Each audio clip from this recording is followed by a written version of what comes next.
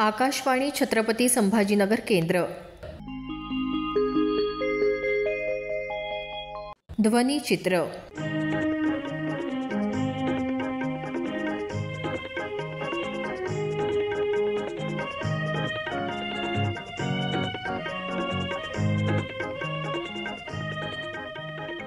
बी. रघुनाथ स्मृती सोहळा आणि शब्दवेध book house यांच्या वतीनं आयोजित सत्कार सोहळा या कार्यक्रमांचा संपादित अंश आज आपण ध्वनिचित्र या कार्यक्रमात ऐकणार आहोत. ज्येष्ठ मराठी लेखक बी. रघुनाथ यांच्या 73व्या पुण्यतिथीनिमित्त बी. रघुनाथ स्मृती सोहळा छत्रपती संभाजीनगर इथं काल पार पडला. यावेळी लेखक प्रसाद कुमठेकर यांच्या इतर गोष्टी या कथासंग्रहाला प्रसिद्ध समीक्षक प्रदीप देशपांडे यांच्या हस्ते बी. रघुनाथ पुरस्कार देऊन गौरवण्यात आलं. या पुरस्काराला उत्तर देताना कुमठेकर म्हणाले, वर्ष मी कॉपीरायटर म्हणून काम केले, तर आम्ही 7 सेकंदामध्ये किती शब्द मावतात किंवा हे, तर त्यांचं लिखाण इतकं क्रिस्प आहे ना, तर बऱ्याच लोकांचं असं म्हणणं राहतं इथं फुलवता आलं असतं का. हां, शक्यता आहे, पण जो माणूस 10 तास दिवसाचे खरडे घासतो, त्यावेळेला शुक्रवारची सुट्टी असेल तरी घरी जाऊन काम करायला लागत असेल. आणि मी जुन्या काळामध्ये लिहिणं हे काही खूप म्हणजे पेना किंवा बऱ्याच गोष्टी आहेत की पेनफुल आहे. It's a very laborious process. आणि वेस्टमध्येही तुम्ही बघाल तर लेखक खूप जास्त आयुष्य जगलेले लेखक खूप कमी आहेत. त्याचं कारण आहे तुम्ही ज्या पद्धतीनं बसून लिहिता, ज्या पद्धतीनं तुमच्या खांद्यावर जोर येतो. पेन, बॉलपेन किंवा त्या पद्धतीचे पेन नाही आहेत. कागद महाग आहे, तर तुम्ही कागद सांभाळून म्हणजे आणणं, लिहिणं, लाईट्स नाही आहेत 6 नंतर. तर दिवसाचे समजा 10 तास तुम्ही खरडेघाशी केली आणि क्लार्कचं काम त्यातल्या त्यात तात्पुरती नोकरी ज्याची आहे ते अतिशय पेनफुल असणार आहे. त्या काळामध्ये हा माणूस इतकं लिहून जातो. तर माझ्यासाठी हे अफाट आहे. म्हणजे मला आवडणार आणि असं लिहितो ज्याच्याकडे रेफरन्सिंग वेगळ्या पद्धतीचं आहे. आणि तुम्ही इंग्रजी म्हणजे बघा ना, कुठून आणतो, स्टीफन झाई वाचतो, परभणीत इंग्रजी वाचतो, वेगवेगळ्या पद्धतीचं. माझ्यासाठी अफाट आहे हा माणूस. आजच्या दिवशी त्यांच्या नावाचा पुरस्कार मला मिळतो ही अनमोल गोष्ट आहे. पुरस्कार देणाऱ्यांचे, या सोहळ्याला उपस्थित राहून प्रोत्साहन देणाऱ्या तुम्हा सगळ्यांचे खूप खूप आभार. किरण क्षीरसागर भाष्य करायला त्यांचे, प्रदीप देशपांडे यांचे, साहित्य संगीत कला मंच आणि परभणीकर मित्रमंडळ यांचे आभार. किरण क्षीरसागर यांनी यावेळी इतर गोष्टी या कथासंग्रहाचं समीक्षेच्या अंगानं विवेचन केलं. ते म्हणाले, प्रसादने पुरस्कार स्वीकारला आणि पुरस्कार स्वीकारताना खूप छान हसू होतं चेहऱ्यावर त्याच्या. ते पाहून आनंद झाला म्हणून. आणि छान संख्येनं लोक जमले तिथं. तुम्ही एका लेखकाचा, एका कलावंताचा तुम्ही सन्मान म्हणा, कौतुक म्हणा करायला एकत्र आले. खूप छान आहे. 1.5 आठवड्यापूर्वी चहा पित होतो आम्ही, फोन आला याला. मला म्हणतो, दोस्ता बी. रघुनाथ पुरस्कार जाहीर झाला इतरला. फार आनंद झाला. मला नव्हतं माहिती बी. रघुनाथ. खूप लोकांना नाही माहिती, वाईट आहे. पण कळले ते प्रसाद करून. आडगावचे चौधरी अगदी आत्ता 5-1 दिवसांपूर्वी त्यांनाच पुस्तक मिळवून पण दिलं वाचन. दुसरी आनंदाची गोष्ट अशी की इतर गोष्टीला यावर्षी मिळालेला हा 4था पुरस्कार आहे. नोव्हेंबरमध्ये पुस्तक प्रकाशित झाले आणि खूप गोड पुस्तक काढले पपायरस प्रकाशनाने. आणि तुम्ही म्हणालात ना असं अतरंगी नाव, इतर गोष्टी खरोखर इतर दरवळ येतो. आणि मी माझ्या रेफरन्ससाठी आणलं आहे एक छोटीशी गंमत पण पुस्तकामध्ये प्रकाशकानं केलेली. बुकमार्क म्हणतात, सुंदर सुगंध येतो आहे. म्हणजे अगदी प्रकाशकानं सुद्धा ते पुस्तक इतर गोष्टी आहे तर तो इतर पुस्तकापर्यंत पोहोचवलं. अशी छान माणसं प्रसादला पावले भेटले. मी पण एक कुठला पण प्रसादला इतर गोष्टीला लोकमतचा पुरस्कार मिळाला, कथासंग्रहाचा, मेहता प्रकाशनाचा पुरस्कार मिळाला. त्यानंतर वैनाकाठ फाउंडेशनचा कैलासवासी घनश्याम डोंगरे कथासंग्रह पुरस्कार मिळाला आणि आता बी. रघुनाथ पुरस्कार. मला म्हटलं की तू पुस्तकाबद्दल बोलशील का. मी म्हटलं आनंद आहे, मला आवडेल तुझ्याबद्दल बोलायला आणि पुस्तकाबद्दल. मी मुद्दाम तुझ्याबद्दल आणि पुस्तकाबद्दल बोललो.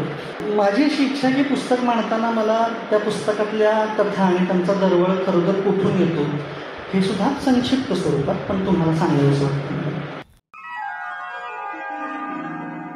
छत्रपती संभाजीनगर इथल्या शब्दवेध बुक हाऊसच्या वतीनं महाराष्ट्र शासनाचा बाळशास्त्री जांभेकर पुरस्कार प्राप्त पत्रकार संदीप काळे तसंच छत्रपती संभाजीनगर जिल्हा वकील संघाच्या नवनियुक्त उपाध्यक्ष सारिका पुरी यांचा सत्कार करण्यात आला.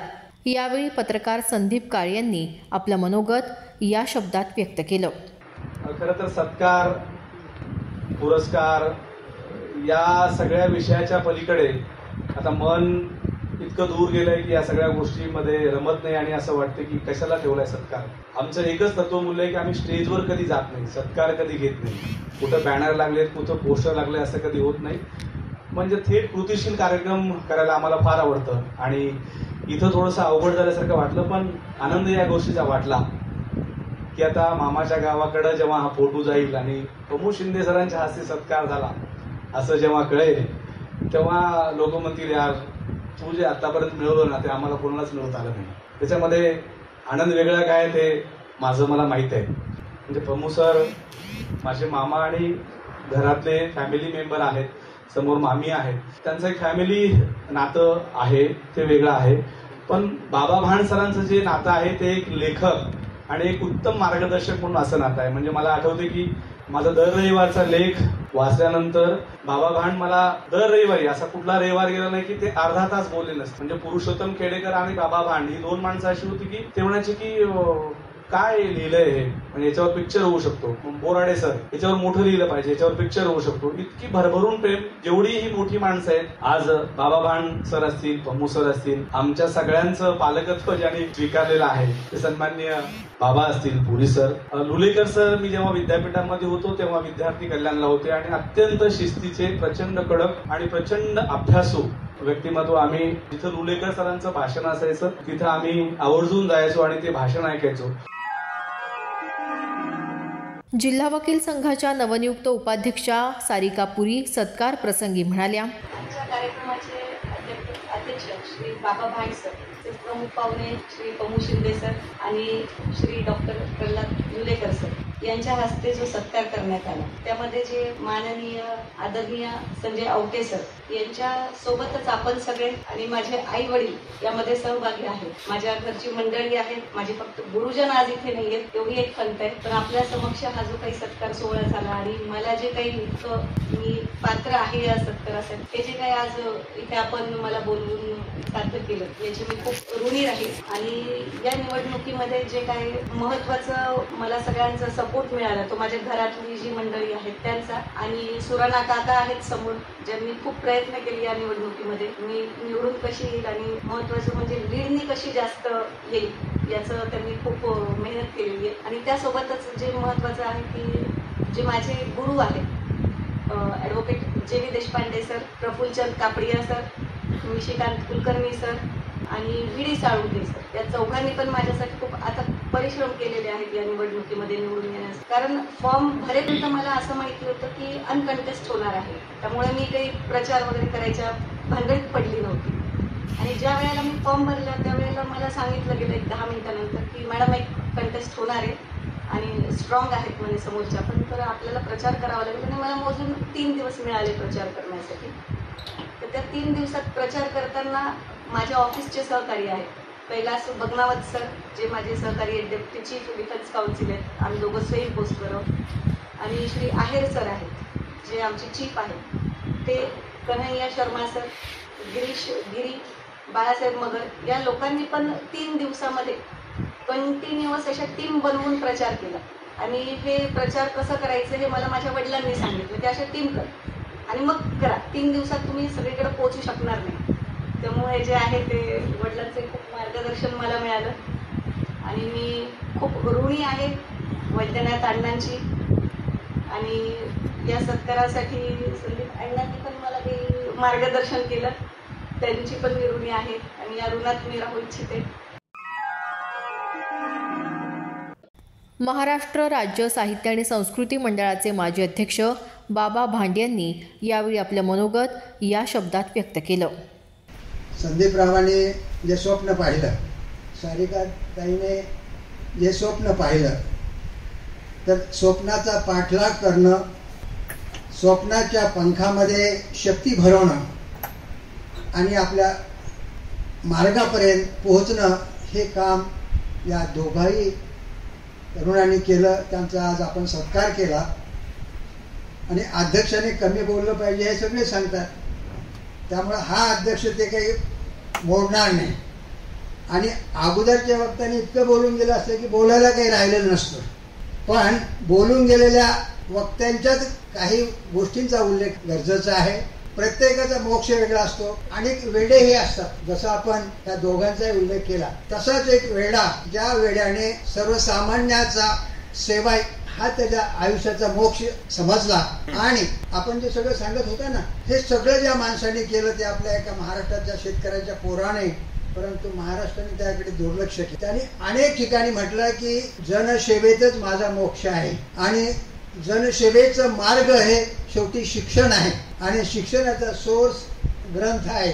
आणि हे काम संदीपराव आणि जनसेवेचं दुसरं न्याय व्यवस्था आहे त्यासाठी ताई काम करतात. तिसरं वेळ असतं आपापल्या आवडीच्या गोष्टी करायच्या. आता अपघातानं मला वयाच्या 10वीला असताना जागतिक स्काउट जांबुरीसाठी 10-12 देशाला फिरता आलं आणि मला पुढं व्यसन लागलं. शिंदे सर माझ्याकडे डोकं लागले की काय वेड्यासारखं बोलता. ते व्यसन 2 गोष्टीचं होतं की आपल्याला लेखक व्हायचं, दुसरं बालवयात बघितलेल्या 10-12 देशामधून मला ज्या गोष्टी आकर्षित करू लागल्या की आपण आता लेखक व्हायचं स्वप्न बघायचं. स्वप्नपूर्तीसाठी काय काय करायचं ते सगळं धडपड सुरू झाली. प्रसिद्ध विचारवंत लेखक समीक्षक डॉक्टर प्रल्हाद लुलेकर आपल्या भाषणात म्हणाले, एक पत्रकारितेचं क्षेत्र आहे आणि दुसरं न्यायालयाचं क्षेत्र आहे जिथे वकील म्हणून ते काम करतात. वकिलाचं काम अलीकडे काय आहे त्याच्याबद्दल बोलणं बरं नाही, कारण निवडून आल्यानंतर सत्कार होतो आहे त्यावेळेला वकिलांची भूमिका फार महत्वाची असते. ते आजच नाही, स्वातंत्र्यपूर्व काळातून पासून तुम्ही पाहिलं तर या वकिलांनी समाजासाठी वकिली केली.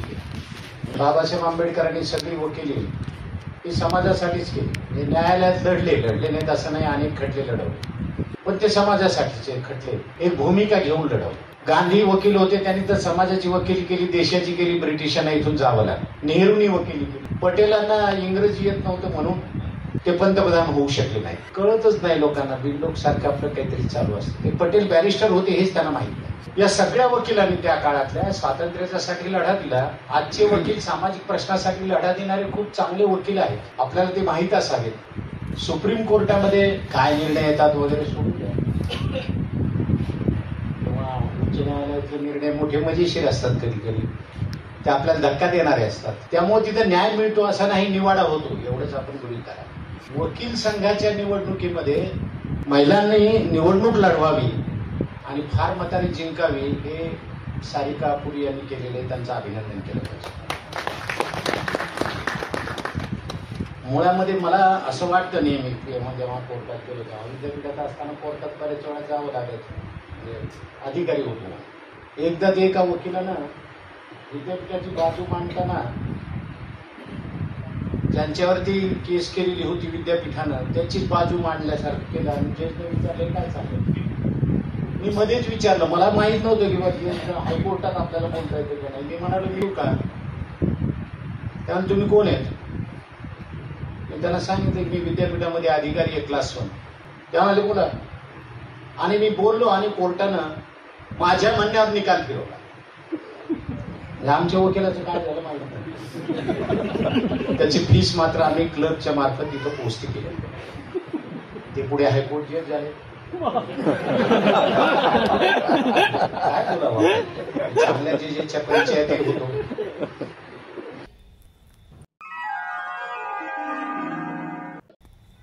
ध्वनिचित्राचा हा कार्यक्रम आकाशवाणी छत्रपती संभाजीनगर केंद्राच्या प्रादेशिक वृत्त विभागाने सादर केला. सादरकर्ते समरजित ठाकूर, निर्मिती सहाय्य धनंजय ब्रह्मपूरकर.